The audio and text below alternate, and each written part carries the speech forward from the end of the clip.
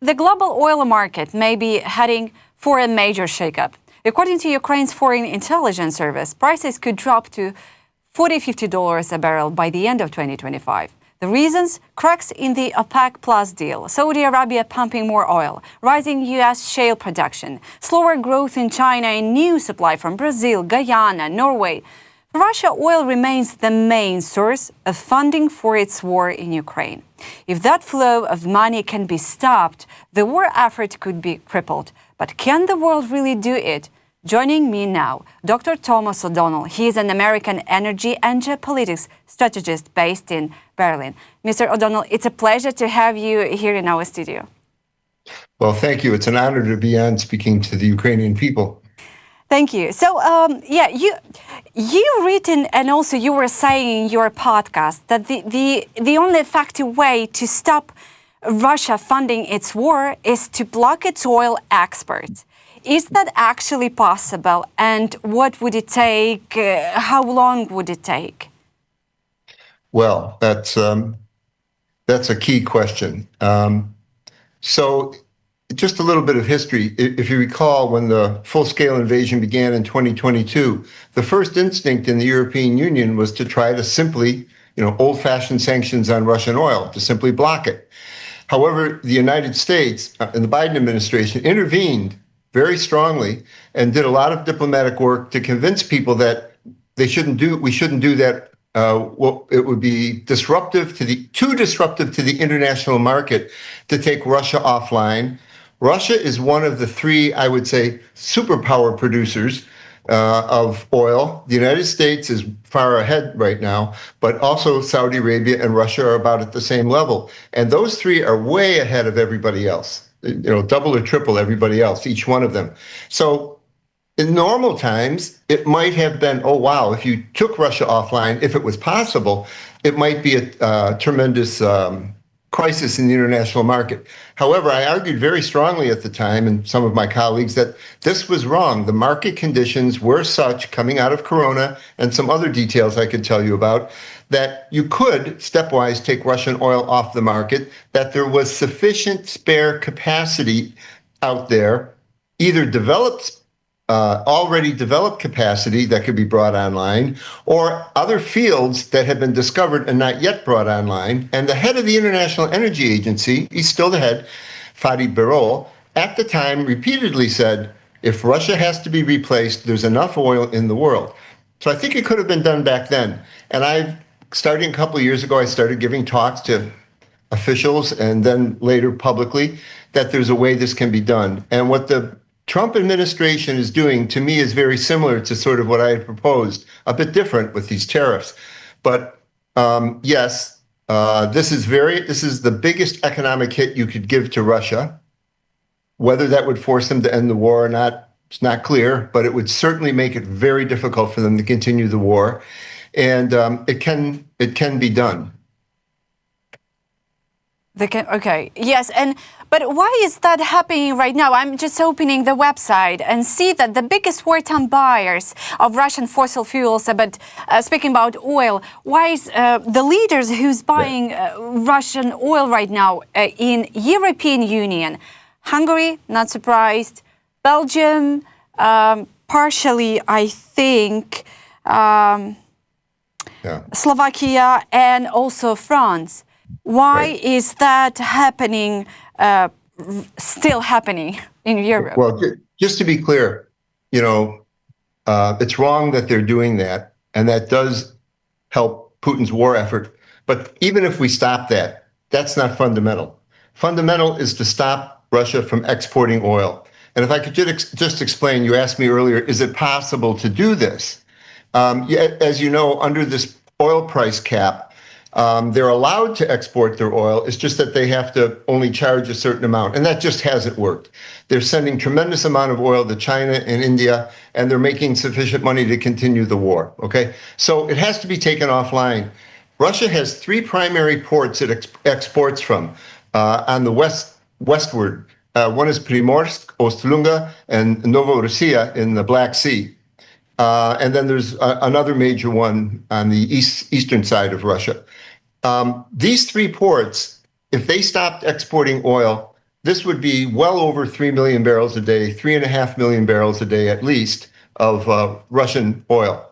Now, there's various ways. If that was sanctioned, what the United States can do is they have to put secondary sanctions on India and China, the two primary buyers.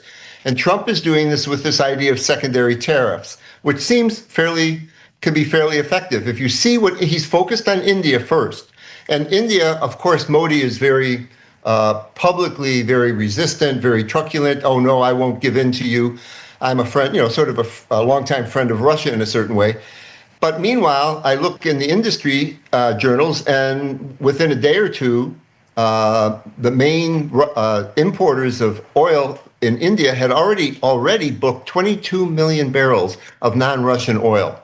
So this can have a stark effect and probably cut off the oil that India is able to take if Trump pursues it. And then he has to decide whether he's going to pursue that with China. Now, this tells me Putin understands that this is a disaster. If he can't export this oil, this will kill his budget. And it's interesting that he immediately says, oh, I want to meet you in Alaska. I want to talk. Whether he's serious or not, I don't know. But he understands that this can be existential for his country. The Secretary of Interior in the United States, Mr. Bergram, he's been talking rather quietly. You might not have seen it in the press much, but for a long time, he says, if we take Russia offline, we should take them off permanently. Now, it's not just bluster. Russia is very vulnerable. They have no place to store their oil if they keep pumping it and they can't export it from these 3 or 4 ports. What do? They can't dump it on the ground for very long. And the problem is the West Urals, where it comes from, these are very old fields. And if you slow them down too much or stop them, you're basically not going to get them going again without very advanced technology and hundreds of millions of dollars spent. So essentially, it would ruin the Russian oil sector basically forever, for a very long period of time, especially if it happened in winter. Those fields would wax up. So it's realistic, very realistic, that the United States can ruin the Russian oil sector. And we could talk about this more. There is plenty of oil available that could be brought online stepwise. And I think the United States has been preparing to do this for a number of months quietly to replace that oil. Yeah, but if they will do that, what's going to happen in the oil market in general after that? You mean if the Russian oil was not replaced? Replaced, yes. Yeah, well, if it wasn't replaced, the price would spike. We'd have a huge, would cause economic. But the point is, it's perfectly possible to replace it. Now, if you look at what Trump has done, when he came in office, of course, he had this idea. He wants to make peace in Ukraine, fine, but he wants to do it in a way that pulls Putin away from China. So he insisted on talking, I think, longer than any reasonable person would have. But now he realizes that Putin hasn't been serious. So now, if we look back, even in January when he was inaugurated, his cabinet was talking about a plan B all along. And the plan B would be A, give Ukraine basically any weapons they need, and there is some plan like that now that the Europeans pay for. But the other part of Plan B was to kill the Russian oil exports and ruin their economy. And I interpret, for example, when Trump went to the Middle East, to the Gulf states, he had this sort of love fest meeting with the Qataris, with the UAE, and with the Saudis, the last two being very big oil producers. And it was about that time that the Saudis, since the beginning of the year, but especially since that time, have insisted that OPEC pump more oil, put their oil back on the market that they had held off. Now, it didn't seem to make any sense because it's driving the price down. So why would they be doing this? People said, to take market share. But to me, what makes sense is they understand that the Americans are preparing to take Russia offline. And hey, for the Saudis, this is business. In the UAE, it's business. We'll take their market share. In the past, when Obama did this, for example, when he wanted to take Iran offline, the Chinese complained very loudly, sort of like Modi is. But what the Americans did is they talked to the king. They made sure that he had the UAE produce new oil. And in fact, so much oil, when it got to the level of new oil they were putting on the market rapidly that equaled the amount China was getting from Iran, China flipped its vote at the UN and supported sanctions. So my guess is the United States has been behind the scenes working to do things like this, to see that the Saudis, the UAE, and others, its own shale producers also, will have plenty of oil out there. There may even be deals to try and take care of India and China. Yeah, Mr. O'Donnell, I was thinking why the US still has sanctioned India but not China, and I was thinking what other methods of pressure can be imposed on Beijing. I don't know. If not sanctions, then what else? Well, one could interpret it different ways. Okay, if you want to completely not trust Trump, then say he's Mr. Taco, another one he gives up on. He's not going to go after China. He'll go after the weaker one, India. Now, I don't know. Another way to look at it is you've got India and China. You don't jump on them both at the same time. India is most vulnerable, and you can see the effect, as I mentioned earlier. It's already having effect. They're already looking for alternative oil. No matter what they say, they're very vulnerable. Now, China, historically, when Americans have even under this price cap thing, when they've said, we're going to put secondary sanctions on banks or any refineries that finance oil banks that finance oil for refineries, that's Russian oil, that's above the price cap, the Chinese immediately backed off. They want to use the dollar in the world, their companies. They immediately backed off and quickly found other banks and tried to find ways around it. So China could be quite vulnerable, and I don't know, but there's these negotiations going on with China, and there's a deadline of several days, and it may be that when that deadline comes up, that's when Trump will do this with China. But let me just say, if the idea here was to force Putin to negotiate and more seriously negotiate, he's got it for right now. And I think Trump might sit back for a little while and say, okay, let's see what Putin says. And if it's not adequate, then I would assume after he goes after India, he has to go after China. And the United States, if they want to do this, and all the signals I've seen is they're preparing for a long time systematically, they can do this. It would be quite a conflict, but they can do this. And that would make it very difficult for Russia to continue after several months of not being able to pump this oil. But we can't say for sure, but based on things that have happened before when severe sanctions are put on Iran or other countries and relationships, this all sort of smells familiar to me.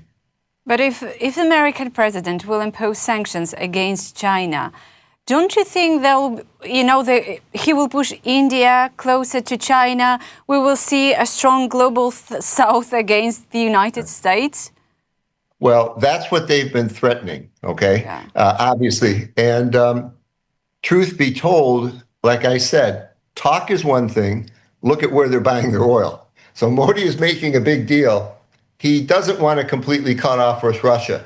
But, even on arms, he seems beholden to Russia on arms. For a number of years now, the Chinese have been moving away from Russian arms because the Russians have difficulty providing them. They have great difficulty with quality control. And so India was already moving that way. And India had problems with China because of border conflicts and so forth. They had, real problems. So, to me, it's quite interesting that the American president is willing to take the chance that, India might go with China or might break with the United States in order to force Putin to the peace table. What more can you ask in a certain sense? I can't guarantee what will happen in the future, but he's doing what has to be done with this pressure on India. And I think India is very vulnerable. The United States is their main market for exports. If they continue buying Russian oil and the Americans continue with this, I think they're going to have to give in. And then you have to move on to China. Yes, because India was not buying Russian oil until 2022, to be honest, right? Very little, a small amount. Yeah. But now, if you talk about West Urals oil, the oil that mainly goes out to Western ports, they're taking about 80% of that. But India and China together, if you take all the Russian oil, there's Russian oil from other places besides the West Urals. In total, India and China are taking 90% of what Putin exports. Now, it's actually kind of interesting. People, why India and China? That's only two targets we have to go at then. And I think it's been clear for a long time, Putin could have just as well spread this oil out in 40, 50 countries. But by going with India and China, what's he looking for? He's looking for votes in the UN. He's looking for big allies that can stand with him. He's not looking for a lot of small, Asian countries or countries that are, more close to the United States who won't do this reliably. So this is a big stakes geopolitical game on both sides. Yeah, but what role could central bank play if there is a serious blockade of Russian oil could happen? No, yes. I mean, if Trump puts these very high sanctions on India, as he said, it's a certain amount of days before they take effect. This is devastating for Indian industry. And he's shown a willingness to do similar things with China, but they're in a back and forth negotiation. And this is another thing he's going to throw into the mix. So I can't guarantee what he's going to do, but I know that there's plenty of other oil out there. It would be different if India and China didn't have any choice. There's plenty of oil. Tomorrow they could decide taking oil from a number of other countries and completely replace China. Okay? And the reason they're doing this might be partially geopolitical, of course, but it's also they're making a lot of money. India they buy this oil very cheaply and resell it in the world and make a good profit. And plus they're making at home a profit, and the Chinese the same thing. The Chinese are happy. Any country ever gets in trouble, an oil exporting country, where they're not competitive in the market, and everyone says, oh, they're going to have to close down. They're not. The Chinese come in and said, hey, we'll buy your oil at a discount, and they use it to fill up their reserves. It's part of their preparations for war and so forth. So there's plenty of other oil out there. I think it doesn't take too much pain imposed on India and China to say there's plenty of other oil at a reasonable price. Okay, I give up this advantage I've had lately of getting it cheaper from Russia. But the truth of the matter is Russia's been raising the price to them closer to what the market price is. And India has gained, it was estimated, I think by Bloomberg, I think it was $4.5 billion in the last year or 2 years, $4.5 billion dollars saved by buying Russian oil cheap. But they export something like 35 billion, 35.5 or so billion a year to the United States. So do the math. If the United States is really going to clamp down on those imports, and there's plenty of other oil out there, that's not worth $3.5 billion, I should say. Mr. Donalbaum, who has the lowest price? Russia on the market? Well, put it this way. The way it works now is there's really one global barrel. There's one global price. It's either the West Texas price or the Brent price in Europe. And if your oil's a little better than that oil or a little worse, the price is a little higher or lower. Yeah. Now, what Putin has been forced to do is sell his oil cheaper because it's a geopolitical risk. If you take it, you could get sanctions. And also, it's more expensive for him to sell the oil because he has to use these ersatz tankers. He has to use the shadow fleet, and it costs more money. He has to go longer routes. And yes, it costs him more money, and he sells it at a discount. And that's what makes it attractive to India and China, and also Turkey to some degree. However, they're not making that much of a profit by buying it from Putin, compared to the geopolitical and economic and financial difficulties the United States could cause for both countries, because in both cases, they're the big market for those countries. So if you see my point. So Russia is selling it at a discount. The discount isn't as low as it used to be. West Ural's oil was never worth as much as Brent. It's a little heavier, more sulfur. So it's always was sold a little bit cheaper because it's not as good a quality, maybe $10 below the Brent price, the standard price that's set in Europe. And lately he's been selling it below that. But the price of Brent has come down so much that there's not much difference. He's trying to bring it up close. So they're not gaining that much by buying Russian oil. And they've got to do a calculation. How does that compare to the grief that Mr. Trump can give them? Yeah, absolutely. Actually, now it makes more sense. And you actually, when I opened one of your latest article, it says oil war. So, Mr. O'Donnell, from your perspective, can we say that we are at the beginning or in the process, in the middle of full-scale oil trade war? Well, it began. The United States took the first steps. Yes. Just to be clear, fair is fair. Putin launched an oil war in 2020. Most people don't know about it. It was going to be a 5-year-long war. Mr. Sechin advised, there's a letter that became public where he advised Putin to launch this war. He said COVID was coming. The Saudis had led OPEC to decide to lower the price of take lots of oil off market so the price wouldn't completely collapse.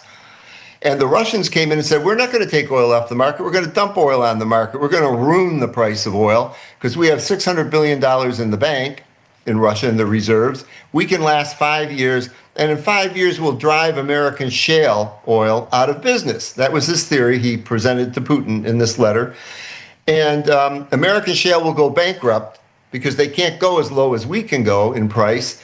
And then they won't be able to sanction us anymore. This was Sechin's plan presented to Putin to kill the American ability to create sanctions on Russia for the 2014 invasion. What happened? Within 2 or 3 days, they lost.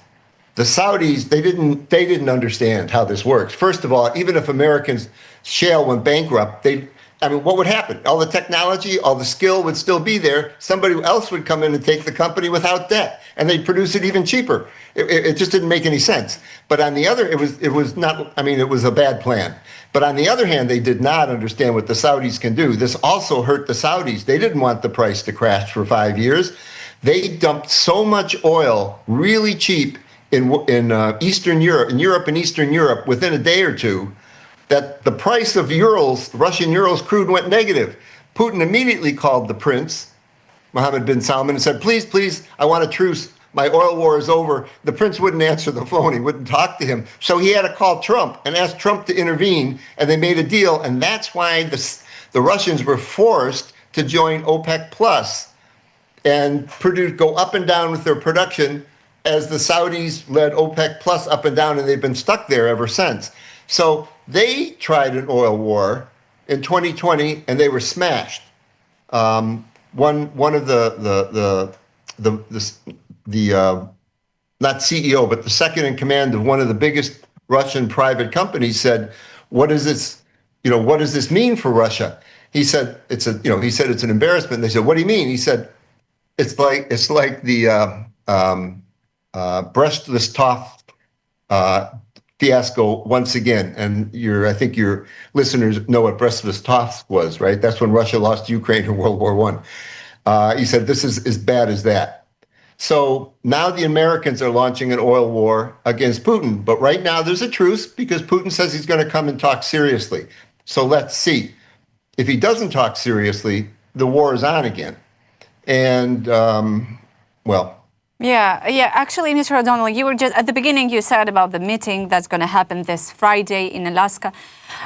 What do you think about that meeting? Do you think it's going to be exceptional about Ukraine and peace deal, or something else like economic? And maybe they're going to discuss something more than just a peace in Ukraine. Well, I think it's complicated for Ukraine. Yeah. It seems to be that a certain good level of trust has been developed between your president, Mr. Zelensky, and the president of the U.S., Trump. He sort of understands what Trump wants to force Putin into negotiations. Now, the thing about what Trump has said for a long time, he doesn't talk about this so much anymore, but I believe this is still central to his strategy. It was central to his strategy the first time he was elected, but he didn't have any way of pursuing it very long, and he gave it up. But he repeated it when he came back in office. And what that is, he wants to force an end to the war in Ukraine, but, in some way that's acceptable to Europe and to the Ukrainians, it might not be very pretty, put it that way. It might be painful, but in some way that could be taken. But he wants to do it in such a way that he pulls Putin away from China and towards the West. He's gotten a lot of criticism for this, but and rightly so. Former American presidents, Obama, Bush, each one had various plans to try and pull Russia in some way away from China, which makes perfect strategic sense. If China's a peer competitor to the United States and the United States is very worried about a war with China, it's better you pull Russia away from China because that would be very dangerous. But most people thought that, one president after the other has tried this and they failed. That ship has sailed. It's not possible. But I think that's part of what Trump is still doing. So he's put Putin in a very difficult position right now, both with new weapons to Ukraine paid for by the Europeans and with this oil war I'm describing. So Putin wants to talk. But he wants to do it in a way that he'll say, look, if you end this war, basically Trump's attitude is, I'm not going to make your life miserable. Where you can have investments in Russia, you can have your gas market back in Europe. Just move away from the Chinese, move closer to us. He wants to do something like that at the same time. So that complicates, obviously, for Ukrainian interests, because they might be compromised somewhat in the peace deal in order to get this. This is the reality of what his goals are, I think, his geopolitical goals. To be honest, Mr. Donald, I don't think that a lot of Ukrainians awaits something from what's going to happen in Alaska, because until there is no Ukrainian president with them, nothing about Ukraine without Ukraine, Right. I don't see any possible deal. And one of the conditions saying the land exchange, but we don't have any Russian land to exchange, we don't have any claim on Russian land, which is, basically very ironic. He's talking about exchanges within Ukraine, obviously. Yeah, within Ukraine, of course. We know what he's talking about. This would be very difficult for Ukraine. I don't know. It's for the Ukrainian people to decide, Ukrainian president, Ukrainian people to decide these things. It could be very well could be that this is presented to Ukraine by Trump. That would be very difficult. And I would agree with you. I'm very skeptical how far Putin is willing to go. If he's willing to go far enough even to please Trump on these matters.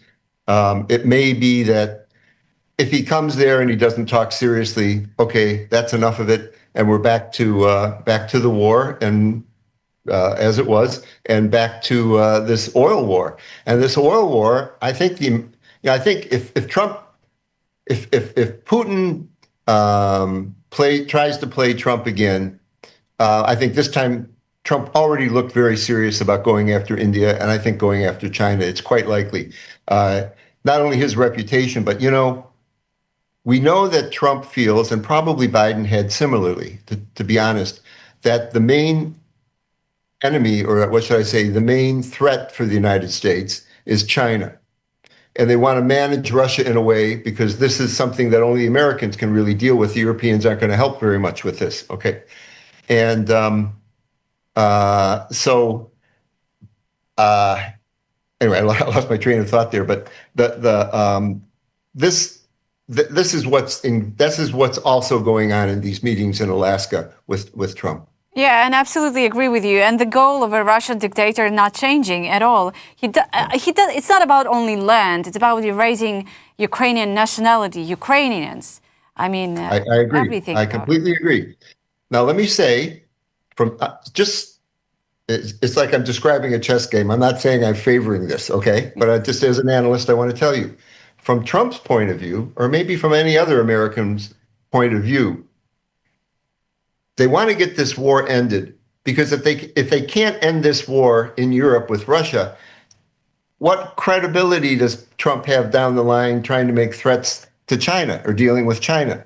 So he really has to he really has to come out here somehow the big man, somehow showing China that he was able to take care of this front, and now he can focus on China. That's one thing. The other thing, I think the United States could, if they wanted to, they could arm Ukraine. In principle, they could put American forces to train Ukraine. They could do a lot of things to really help Ukraine win the war. Now, strategically speaking, if Putin is embarrassed in Ukraine, if he's really defeated, what I think Trump worries about is then Putin is in a position where he abjectly gives in to the Chinese, and the Chinese have 1/3 of all the manufacturing capacity in the world. It's huge. They could really rearm Russia.